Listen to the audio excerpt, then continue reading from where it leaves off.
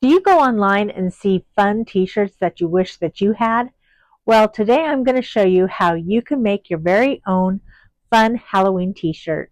So let's get going. Hi everyone, I'm Elise, and if this is your first time here, I like to do videos with crafts, showing fun, and doing things with my family. I also love Disney, as you can see from what's behind me. So today I'm going to show you how I decided that I wanted to make a fun t-shirt for me and my sisters for our trip to SeaWorld, and I'm going to show you how you can make a fun t-shirt like this using the Cricut. Now if you don't have the Cricut, you can do something like this by simply using like an X-Acto knife and cutting everything out. And if you want to know more about that, you can go ahead and watch the video up here, or is it up here, of my last week's video to show you how I made a simple design for a water bottle. Anyway, let's get going. Okay, so the first thing that I do is I go and Google Etsy, Etsy CVG, and get into Etsy so I can look for the print that I want.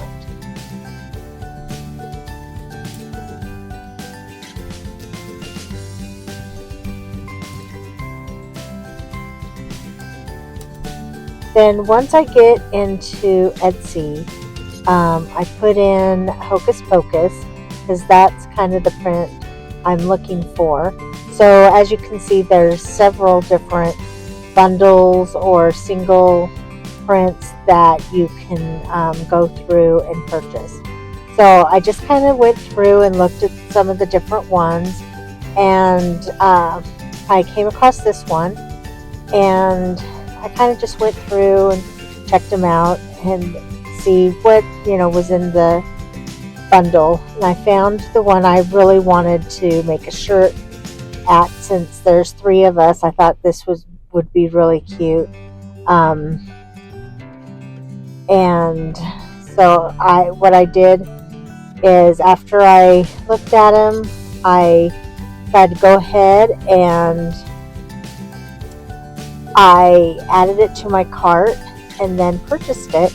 But since I already purchased, I'm not going to completely go through it and actually purchase it again, but just kind of show you the steps I took. So I put it in the cart, then proceeded to check out, and then once you purchase it, it gives you a download. So they send it to your email. So I went to my email homepage and put in Etsy to kind of, because I have a lot of emails. So I just went through, found it, put in Etsy to make the search a little easier, found the Etsy that was sent to me. And like I said, I had already purchased it, so it's a little different. But I opened it up, and then they usually give you a link to click on to your image or bundle that you got. And so you click on that, and it allows you to download it.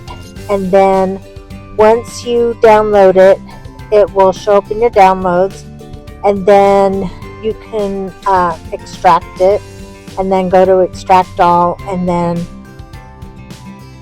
rename it and put it in a file so you can find it easier.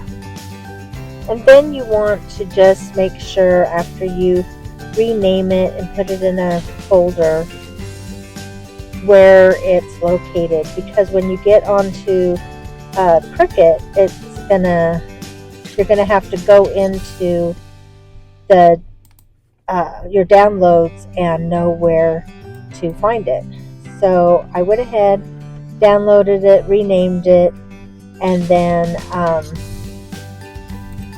went in and double checked to make sure that they downloaded. So here it is. I actually got a couple of different, I got the bundle, actually I think I got 2 bundles of Hocus Pocus. So I just went in and checked it. So there's one of the images, and checked another image, and then I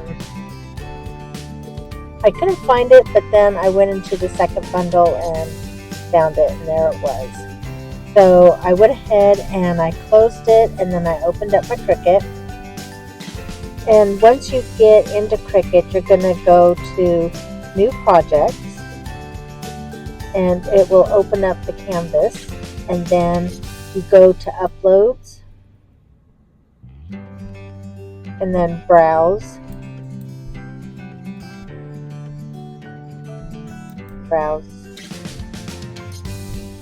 and then that opens up your downloads, and then that's why you need to know where you put it.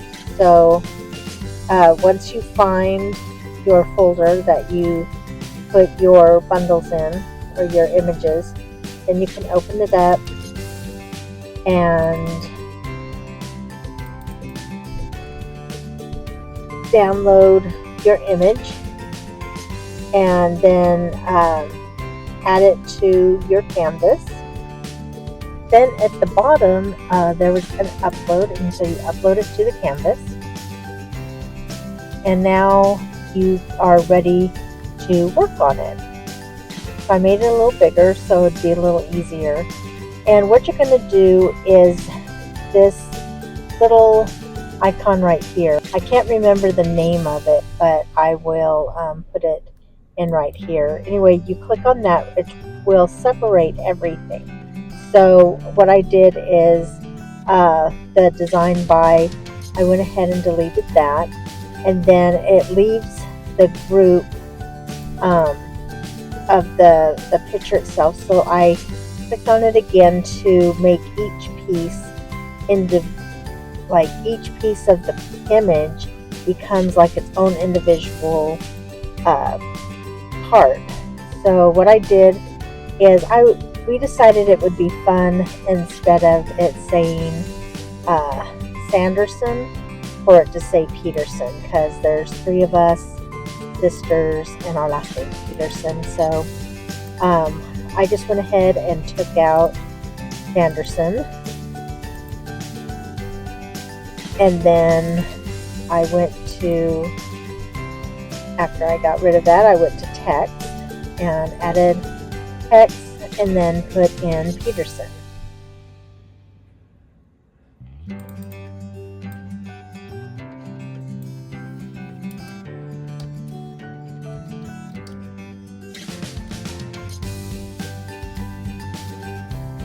Now from here, I just went in and just tried different kinds of fonts to see which one kind of matched what was there originally, and also which one that I liked. I just played around a little bit. Cricut gives you a really good variety of different fonts that you can go through. So I just, went through it and looked at the different fonts. I found one that I liked, and then once I found one, then I just basically resized it to kind of fit the image that was already there.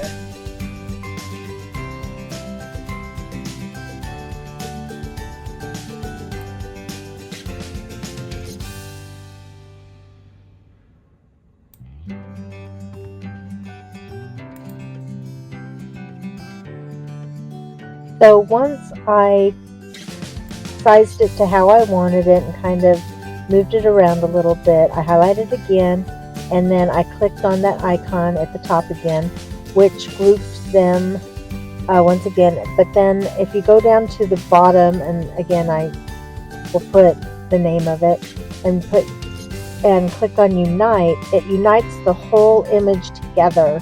So when you print it out, it will print out as one cohesive image. because if not, it breaks it all up into its individual things. So then I just colored it black because I was thinking of just doing it as a completely black image on our t-shirts. And then if you want to see how it looks on a t-shirt, they have the templates. I just went down to the V-neck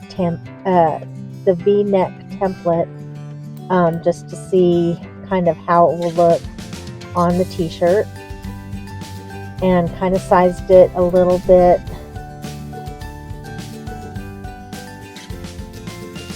Kind of enlarged it. Thought, okay, this is kind of the idea that I want. Looks good.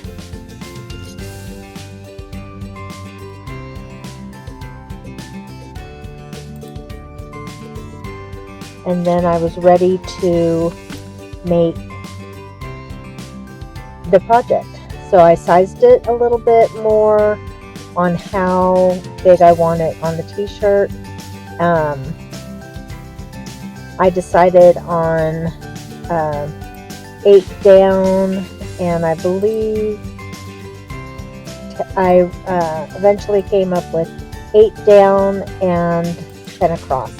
But before I actually started making it, I decided to save the image into a folder, into one of my Cricut folders. So just in case anything goes wrong, it's all set to go. In case I want to do it another year, I'll have it saved. And again, like if it gets messed up in the process, I won't lose the image. So I saved it and then double checked to make sure it was there. It was there. There's some of my other things that I've done that I've been working on. And then I'm ready to go. So once you're ready to go, you click on Make, and it brings up how it's going to look on your sheet that's going to go in. You're going to place the iron vinyl on to go into the Cricut to do the cutting, so your cutting board. And you want to make sure that you mirror the image, so when you put it on your shirt it will read correctly. I always check the tool size and do deep cut, because I'm always afraid it's not going to be deep enough, so I always change it to deep point.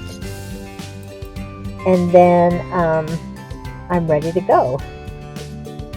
So the next step is putting it through the Cricut machine to cut out our image.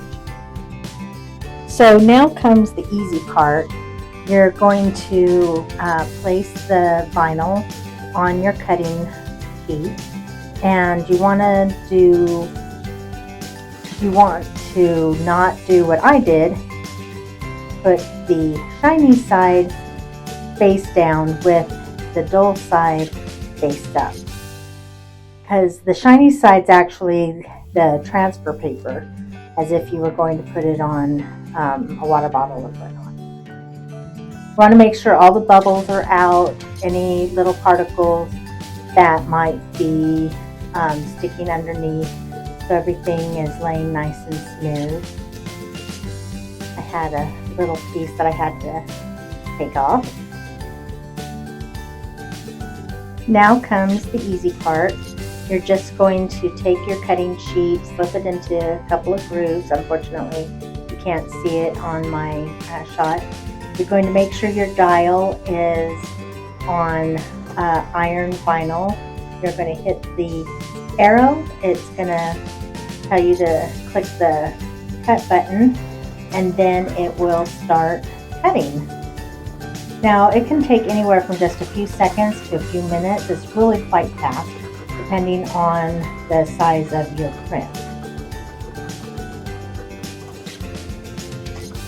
Once it's done, it's going to let you know both on the computer, but also it will stop and it will push it, or the arrow will blink again so you can push it and release it from the machine.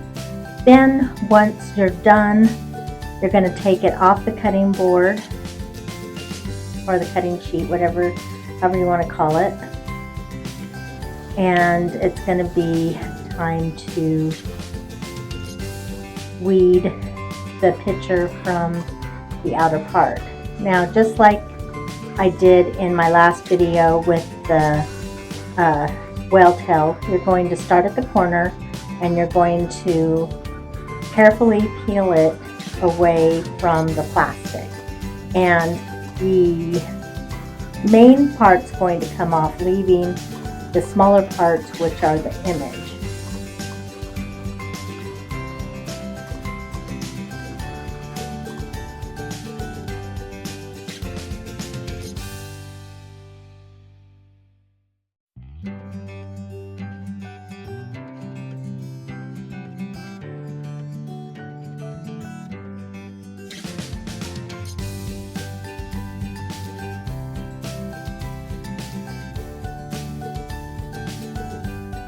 Sometimes it's a little bit difficult, especially when it's larger pieces. So you just have to kind of go around, and you might have to hold some pieces down so they don't come off. This particular vinyl was really kind of hard to get away from the plastic. As you can see, I'm struggling quite a bit with the different shapes and everything that is working. So once you got it all off, then comes the detailed weeding, where you just go through and you clean it up, all the middle sections of the letters and just little pieces that got left behind. You start cleaning that up so nothing is left except for what you want.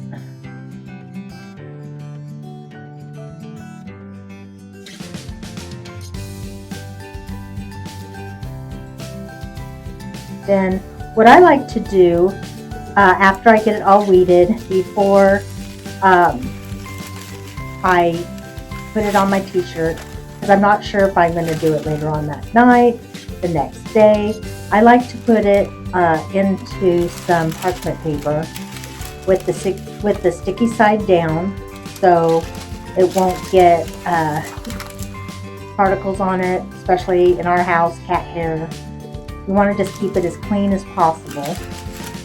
So I like to put some parchment paper over it just to help keep it nice, a little cleaner.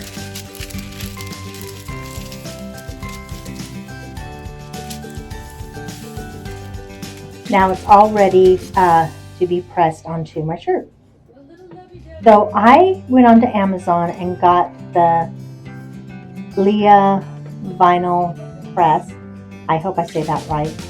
I will put that in the description. I got it off of Amazon, and it came with the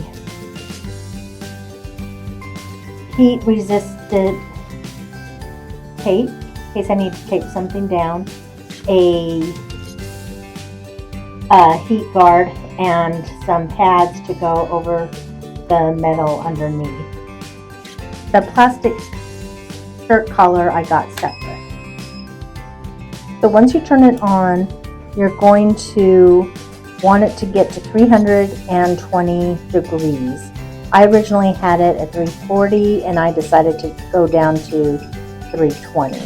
So I put it down to 320, and then I went ahead and left the time at 20 seconds, and you just have to wait till it heats up to the 320 or whatever you have it set for, and it will beep once it's gotten to that particular heat.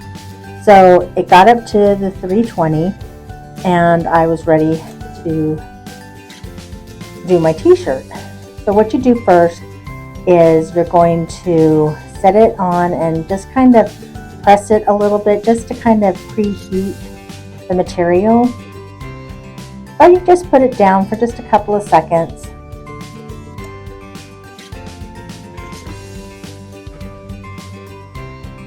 and then moved it and did it again, just a little higher, a little lower, making sure that where it goes will be a little preheated.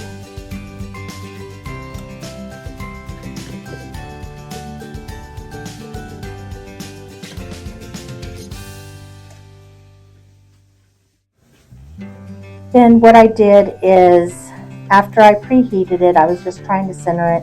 And a good way to like center it is to fold it in half and then just kind of crease the middle so you kind of know where the middle is.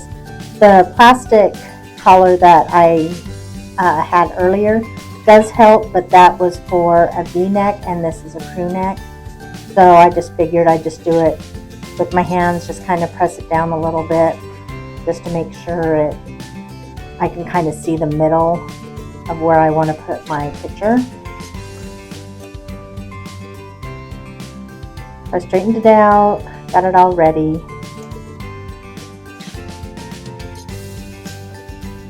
Okay, so now I'm ready to put my picture on.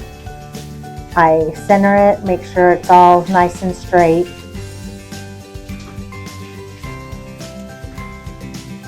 Then you put your protective cover over it.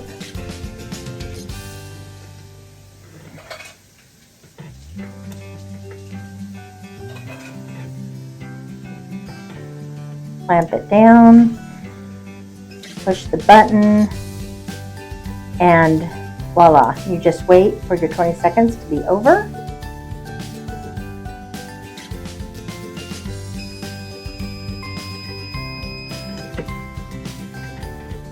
And it's done.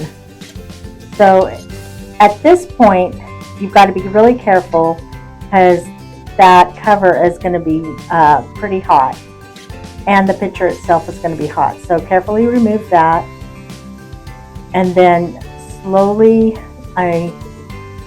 you lift up your plastic. Make sure that your image doesn't come with it. Now if it starts to come up with it, you go ahead and you put it down, and then you press the heat just a few seconds longer to make sure it sticks to your fabric.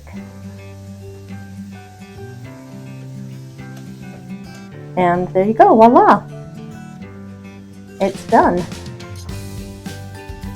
You probably noticed that I originally cut it in black, but after talking to my sisters, we decided to go with the white print instead, hoping that when we go to the Howl O screens, if they have black lights and whatnot, that it will kind of glow in the dark. So there you go. If I can do it, you can do it. So I thought it would be a fun t-shirt for my sisters and I to wear to our trip to SeaWorld, to the Howl O screens. And so I just thought I would share my journey making it. And I know I'm not very good. I'm still starting to learn how to use the Cricut and all that it has, but I just thought it'd be fun to share my journey making this t-shirt with you. If you like this kind of concept, give it a big thumbs up. I'd appreciate it. But if you have any other ideas for me to do, just let me know, comment below, and I will try and do them. I love doing crafts, and especially if they are easy. Easy and simple is my way. So if you have any great simple ideas for crafts, let me know and I will try them. Also, as you can see, I'm a big Disney fan, so I will probably be doing some Disney content in the future. But until then, I hope you'll subscribe and give me a chance. I know there's other great videos you could be watching, so I appreciate you stopping by. And until next time, I hope that you have a great day, a great week, and I'll see you later. Bye!